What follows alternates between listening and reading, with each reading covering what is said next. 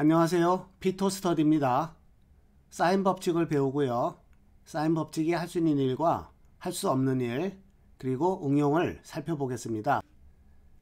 삼각형을 구성하는 6가지 요소, 세변과 세각이 있죠. 그리고 한 가지의 제한 조건이 있습니다. 내각의 합은 180도이죠. 마주보는 맞각과 맞변을 대문자, 소문자로 쓰는 규칙을 다룬 바 있죠. 삼각형에서 3개의 요소를 이용하여 다른 세 요소를 구하는 것을 삼각형을 푼다고 합니다. 그런데 세각의 정보만으로는 닮은 꼴 삼각형을 이루지만 삼각형을 풀지는 못합니다. 그래서 삼각형을 유일하게 푸는 방법을 알아보면요. 아래에 3가지가 있습니다.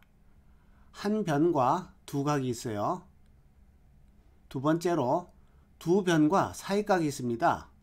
이 경우에는 반드시 사이각이어야 합니다. 예를 들어 B, C 그리고 각 C가 주어진 경우에는 그림과 같이 2개의 삼각형이 존재하게 됩니다. B와 C가 있고 각도가 있어도요. 둔각 삼각형, 예각 삼각형이 존재하죠. 그리고 세변을 아는 경우에는 너무 당연합니다. 삼각형의 외접원의 반지름을 R이라고 할게요. 그러면 변 BC에 대한 마주보는 각 A는 호 BC에 대한 원주각이라고도 합니다. 그리고 호 BC가 원의 중심 O와 이루는 각을 중심각이라고 합니다. 이때 중심각은 원주각의 2배라는 것을 알고 있죠. 그리고 주어진 길이의 호에 대한 원주각은 원위의 모든 점에 대해서 항상 같습니다. 따라서 원의 중심을 지나는 직각삼각형에 대해서 삼각비를 적용하면요. 사인 값은 2R분의 A가 됩니다. 2R이 빗변의 길이죠. 그런데 원주각이 모두 같다고 했으니까 사인 A는 사인 A' 모두 같게 됩니다. 이것을 다른 각도에 대해서도 반복하면 이와 같이 사인 A는 2R분의 A, 나머지도 똑같이 되죠. 외접원의 반지름은 모두 같으므로 비례관계가 성립합니다. 그래서 이러한 수식을 얻고요. 이것을 사인 법칙이라고 합니다. 하지만 삼각형의 결정 조건과 비교해보면요. 한 변과 두 각일 때는 삼각형을 풀 수가 있습니다. 유일하게. 그런데 두 변과 사이각, 세 변이 주어지는 경우에는요. 사인 법칙으로는 삼각형을 풀 수가 없습니다. 다시 말해서 다른 요소를 구할 수 없다는 뜻이죠. 이러한 경우에는 코사인 거북이가 나와서 코사인 법칙을 적용하게 됩니다. 하지만 사인 법칙으로는 외접원의 반지름을 구할 수 있는 장점이 있습니다. 사인 법칙과 삼각형의 넓이를 볼까요? 옆에 삼각형에서 밑변은 A죠. 삼각형의 높이는 B sin C가 됩니다. 그래서 넓이는 2분의 1 AB sin C가 되고요. 사인 법칙을 대입을 하면 4R분의 ABC가 됩니다.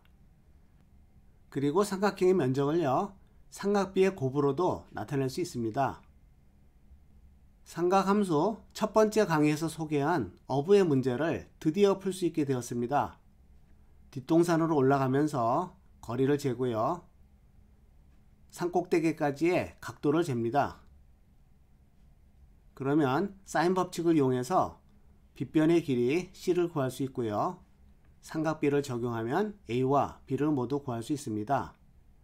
바다로는 한 발자국도 나가지 않고 뒷동산에 올라가서 각도와 거리만 재는 것으로 모든 거리를 구하였죠. 이번에는 스넬의 법칙입니다. 토끼의 위치 P에서 거북이의 위치 Q까지 최단 시간으로 이동하는 방법을 찾는 문제인데요.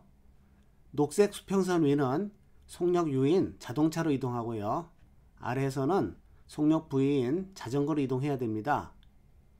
이쪽 거리를 U의 속력으로 나누고요. 이쪽 거리를 V의 속력으로 나눠서 더한 것이 걸리는 시간이죠. 이때 이 거리 X에 대해서 미분값이 0이 되는 점에서 최단 시간이 되겠죠. 미분에서 제로를 두고요. 식을 정리하면 이와 같이 됩니다. 그런데 왼쪽의 이쪽 항은요. 사인 알파 값과 같습니다. 빗변분의 길이죠. 오른쪽에 이 항도 사인 베타와 같습니다. 빗변분의 이 길이죠. 그래서 대입을 하면요. 사인 알파분의 u는 사인 베타분의 v가 되고요. 이것을 스넬의 법칙이라고 합니다. 사인 법칙의 물리적인 응용이라고 할 수 있죠. 이때 각도 알파를요. 입사각이라 하고요. 각도 베타를 굴절각이라고 합니다.